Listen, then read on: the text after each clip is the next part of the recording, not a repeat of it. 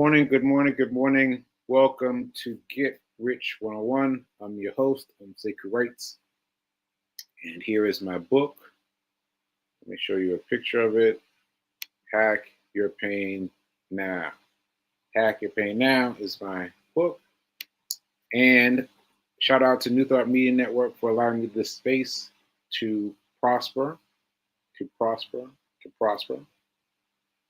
And just a reminder, I am not a financial advisor, so take what I say, add your little grain of salt, and take what you may from that. So that's what I have to say, and let's get into it. Let's get into it. Let's get into it. I'm just making sure I got everything. Yeah, I got everything. So I, as you know, if you've been watching the show, yesterday, Monday, I replayed the show from Friday. So you got a double dose of Reverend Mel, and she did a great job talking about money. She did a great job talking about money. So yeah, that was really good. And I asked her to come back and do it again. Like you heard me say that on Friday, but after the show, I was like, what? So she's gonna hopefully, knock on wood, be here tomorrow, Wednesday, to talk about it. And I've got homework. I've got some self-imposed homework that I want to finish by tomorrow. See, so that's why I'm doing it. I'm having her come every week so that I have a week of time to exercise some of the variables, the things that she has issued for us to do. So I think that's I think that's going to work. I think that's going to work. So my goal is to have something, something done in the credit world. I don't know what, but something done by tomorrow. So tomorrow, I'm not just asking her to repeat herself. I'm saying, all right, I did this, and now what? So yeah, so we shall see. We shall see. And yeah, but the days are filling up now, right? We got Wednesday, we got Reverend Mel, and Thursday we got Fiance Files, and Friday we got, well, could be any of the family. Could be. I say that because it started off with Pops, but then Mama Janet came on, and maybe mom might want to jump in there too. So anyway, I'm feeling greatly, what's the word? I feel beneficial. That's not the right word, but you know what I mean. But I feel grateful for all these pieces of energy coming my way. Ashe, ashe, ashe. Okay, so let's talk about the weekend. Let's talk about the weekend because a lot of things happened this weekend, and oh, here's Fee King. Fee King is out and about doing her Uber Eats. He's doing her Uber Eats out there in Jersey. She's out in Jersey right now. Actually, let me talk about this first. So I did this with her yesterday. I went with her and I did it the whole day. I expected to just do it for one or two deliveries and be gone, but I stuck with her the whole day, and I got to see what that environment was like. And I gotta tell you that she does her her Uber Eats entirely different than I do my DoorDash. Like entirely different. Entirely different. So I was like, wow, this is really interesting, the differences. So anyway, I got to check out her method, and I got to see some of Jersey. I mean, I've never seen Jersey, well, at least since the awakening. That's what I'm calling it since I had the stroke. It's since the awakening, I haven't seen Jersey like this before, because I was actually on my street, on my block. I used to live in Jersey, y'all. I used to live in Jersey, and I used to live in Jersey for a brief speck of time. But I was on that street, and I was like, wait a minute, this is my block. This is my block. So there was that. That was interesting, and the block has changed so much. So since um, yeah, since the time has passed, and everything had changed. Everything had changed. It would look so different. Look so different. So anyway, I got to check all that out, and uh, well, I guess that's it. I guess that's it. Just very different ways of doing the same job. The same job, but very different ways of doing it. Right. Okay, so that's that. And what was I starting off to say? What was I starting to say again? Oh no. Uh, hmm. Well, oh, okay. Oh, the weekend. The weekend in general. So this happened randomly. My building is attached to Signature Theater. So it's attached to a theater space, right? And so you go out to the front door, you go down a couple doors, and then there's a theater space, right? And we usually go over there to work. Well, Fee much more than me. Fee much more than me. Fee has met all kinds of people working at signature space. I don't know how she does it, but she's met a bunch of people, and I have been, kind of itsy bitsy creeping in, but she has met a bunch of people.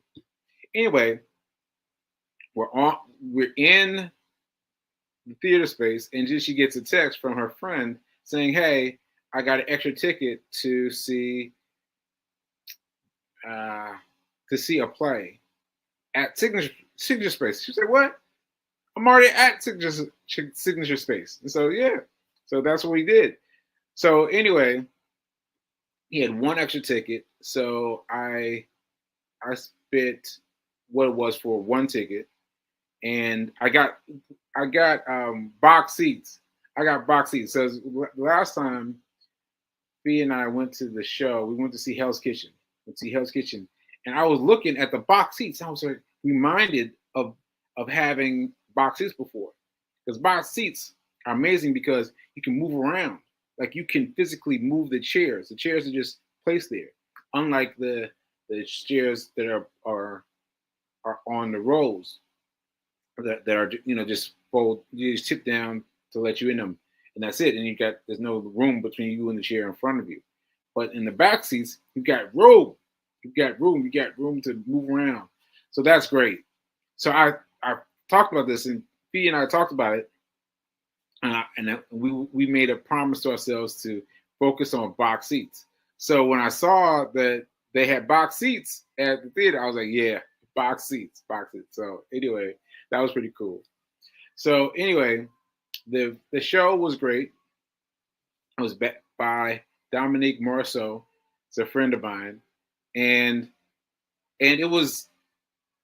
Oh, and by the way, Dominique was there. Dominique was there. She was giving a talk after the afternoon showing.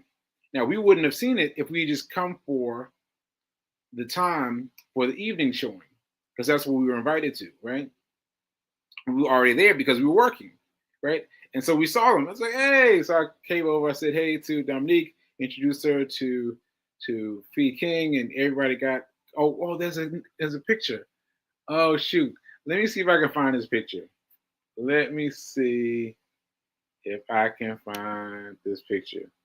So while I'm trying to find the picture, so I got her together, and I'm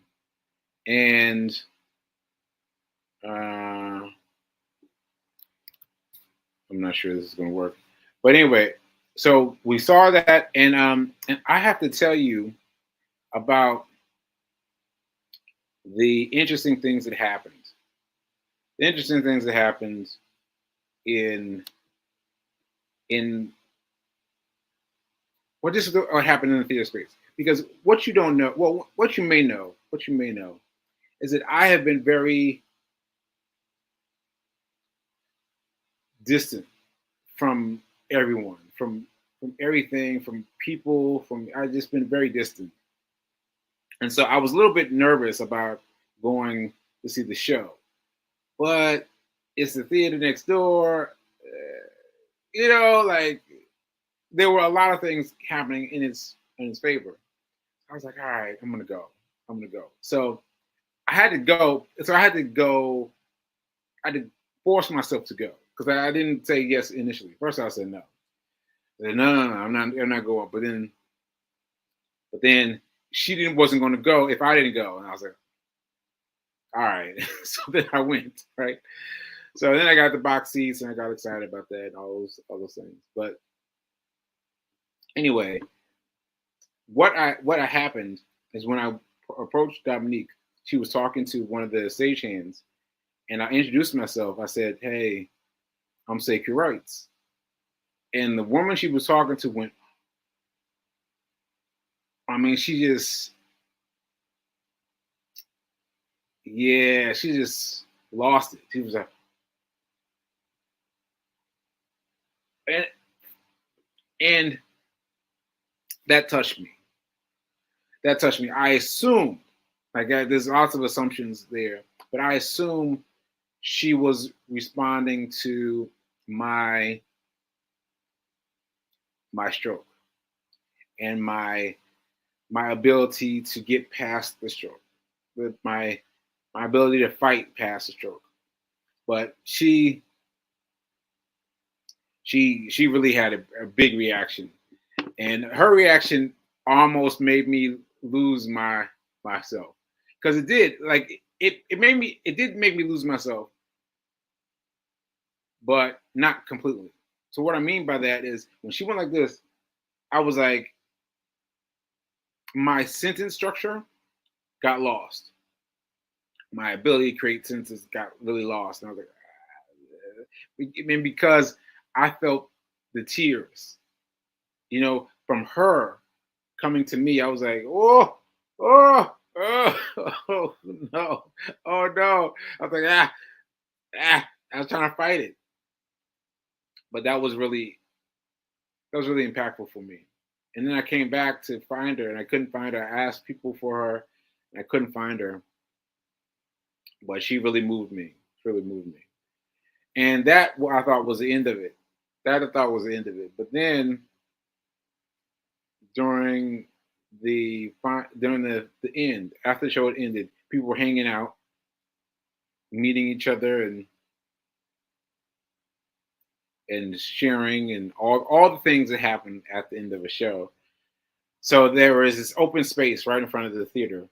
And so I'm saying it's not outside. Like a lot of Broadway theaters, like you have to wait outside, and like Hell's Kitchen, you have to wait outside, but it was cold, and you know you, you may not want to do that. But when Signature Space, it's open. It's open to the theater space.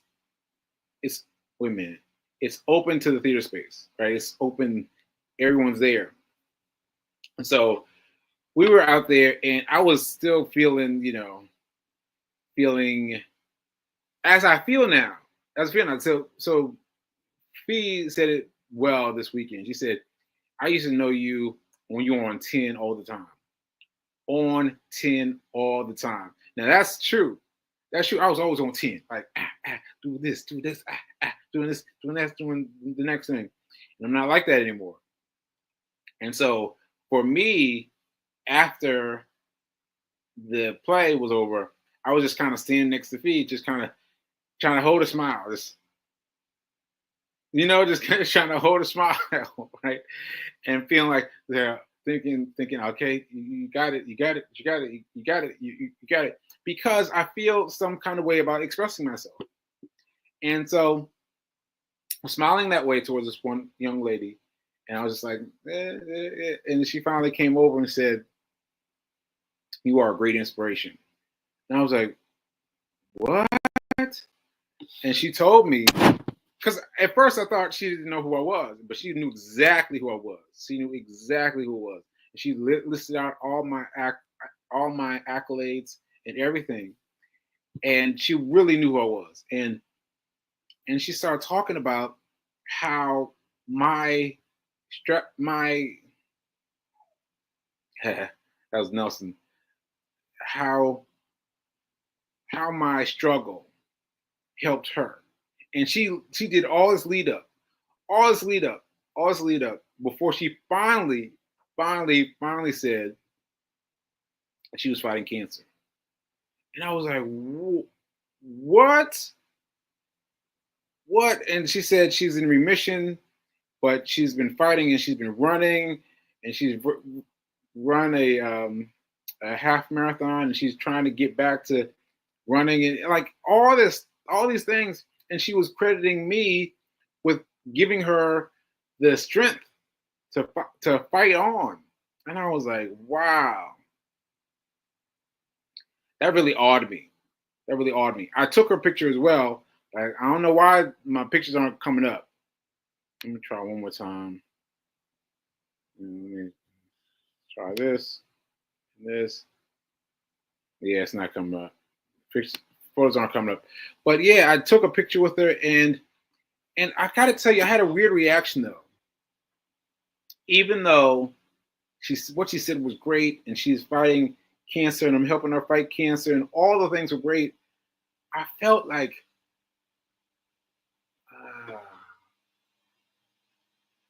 see, I'm still trying to put it into words, but I felt seen. You know what I mean? Like, you can do social media in a way that you're interactive. I used to be like that all the time. I was very interactive with social media, right? But now I'm on strictly broadcast. I'm strictly broadcast. I don't wait to see what anybody says. I don't wait to see how many photos, how many likes, how many dislikes, and what people are saying. I'm off of all of that. I'm only broadcasting. I'm only telling you what I'm doing. And basically, I'm doing my run report every day. So I'm posting every day. And also, I'm doing a little bit in terms of Get Rich 101, in terms of a small 60-second bit on YouTube. And so just that alone, it's a lot of stuff. If you think about it, always on stream, always on broadcast. But when you have somebody respond to everything that you're putting out, it makes you feel seen. You know, because I'm not looking at anything, I'm not looking at the number of times I've been watched or any of that. I just do it. I just do it again. But having someone react to it, respond to it, it just made me feel like, you know. And it took me the whole weekend to really like get right with it. And so now I'm going to do my regular thing in terms of social media, but I'm going to be more consistent about it, because now I know that there's this one woman out there who is getting inspiration from me for fighting cancer. And if there's one of her, there must be other people. And so I've got to keep giving. I got to keep giving. I got to keep giving. I got to keep fighting. And I have to keep showing people that I am still fighting, and that this is something that you can fight. I am still fighting, and this is something that you can fight. Ashe. Yeah. So anyway, those two instances of getting recognized, and Dion also was reacting to me in terms of my stroke, and she told me her father had a stroke, and she told me how her father dealt with it, and her father inspired me. Her story about her father inspired me. I was like, woo. I mean, oh man. And having achieved less than I've achieved. So I feel it. I feel it for him. Oh, maybe Tiana, you should do a play about your father. That would be dope. Anyway, sorry to interrupt. But yeah, it was really good. It was really good. Yeah, it was really good. So yeah, all happened randomly. And yeah, and that's where we are. Okay, so Fee King is saying thank you for accompanying me. Yeah, yeah, yeah, Fee. And oh yeah, the Mad Creole was I think the name of the play. It was a play about Theon is Haitian, and this was about the world of Haitians. And what's interesting, it was that this everyone on stage was black. It was a widely diverse group of people coming to see it. So that was really cool. That was really cool. And again, just steps away from the house, like just that close. So anyway, great show, great show. Oh, Bad Creole, Bad Creole, Bad Creole, Bad Creole. Okay, okay. So that said, all that said, I wanted to talk to you also about I told you that I've been wanting to talk to you about shows, because shows, I think you can really get it in your system. Get it in your system, and you're watching shows, and so me talking about shows will help you. Okay, so I want to talk about this show. This show. This is called How to Get Rich. How to Get Rich. How to Get Rich. So I forget his name now. Sorry, but the main character there. Oh, does he have it on this page? Yeah, Ramit Sethi. Ramit Sethi. So Ramit, I've known for a long time in passing because I have his book. His book is "I'm Gonna Make You Rich." I'm gonna make you rich. Something like that. Something very simple and easy and very direct. I'm gonna make you rich. And I've had it for years and years and years and years and years. And I've never opened it. I've opened it a little bit, but not really. But I recognize him and I recognize what he's trying to do. Right. And so I watched this show, and his approach shifted.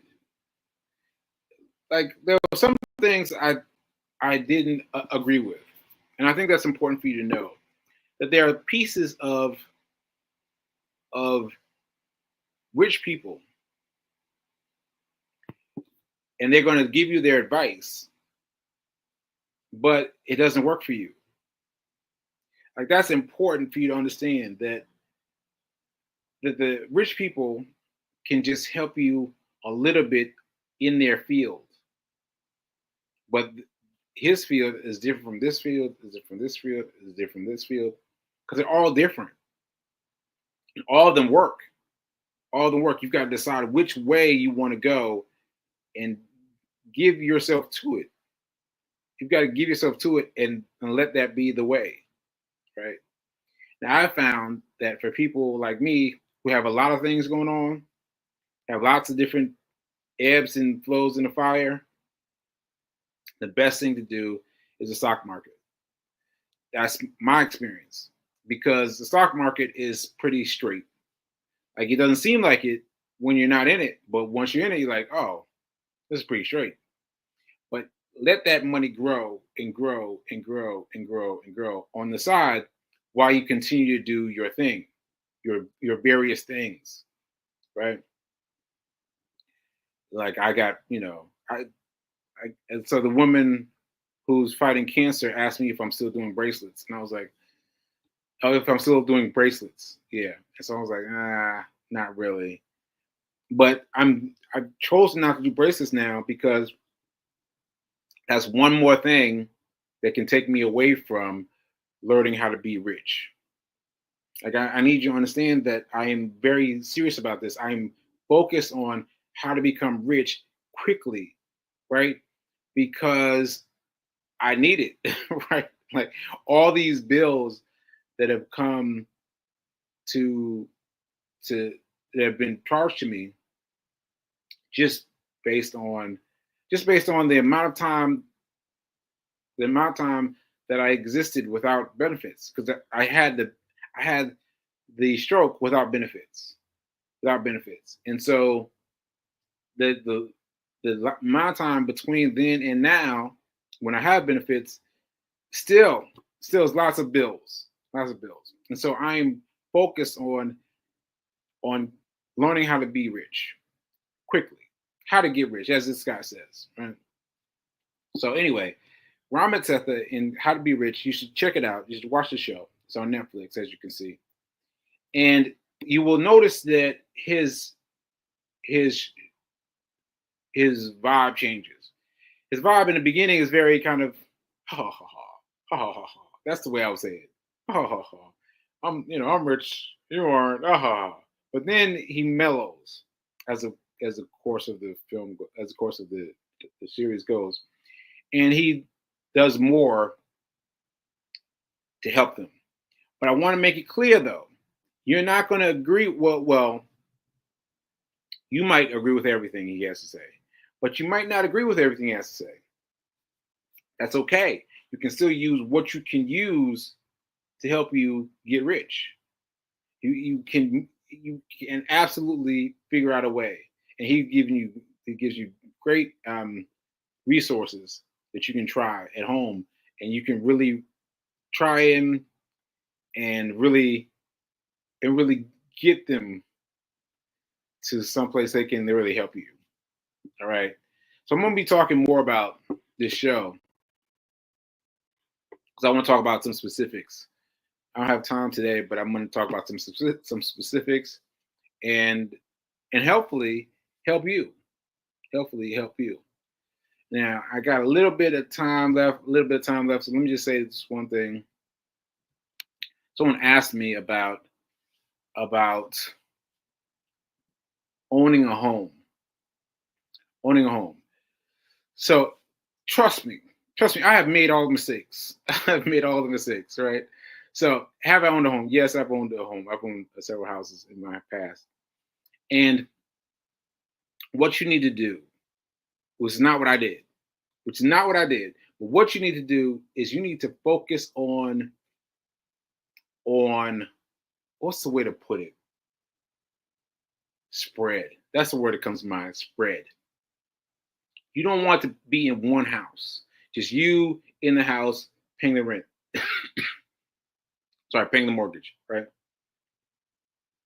You want to be in a house and another house.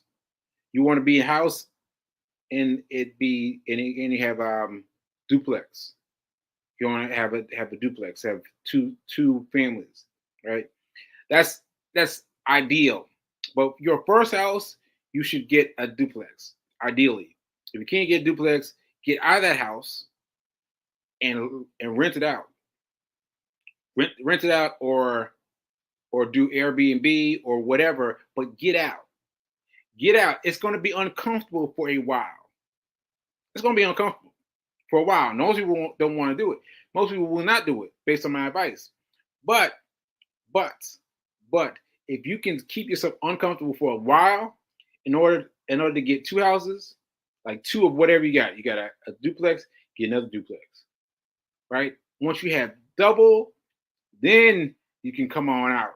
Then you can come on out and live where you want. But you gotta get out of that one-to-one ratio. You gotta get out of that one-to-one ratio, and a duplex would help you. But honestly, the best thing to do would be to get a duplex or build your house into a duplex and get out and go stay with someplace. Stay with your parents. Stay someplace stable where you get free advice, and you can work on getting the houses together. That's what I should have done. That's what I should have done. All right. Okay. All right, folks. There we go. I've run out of time now, so I'm gonna go ahead and close out. And remember that now is better than perfect. Now is better than perfect. And yeah, I guess that's it. Now is better than perfect. All right. Ashe. Later.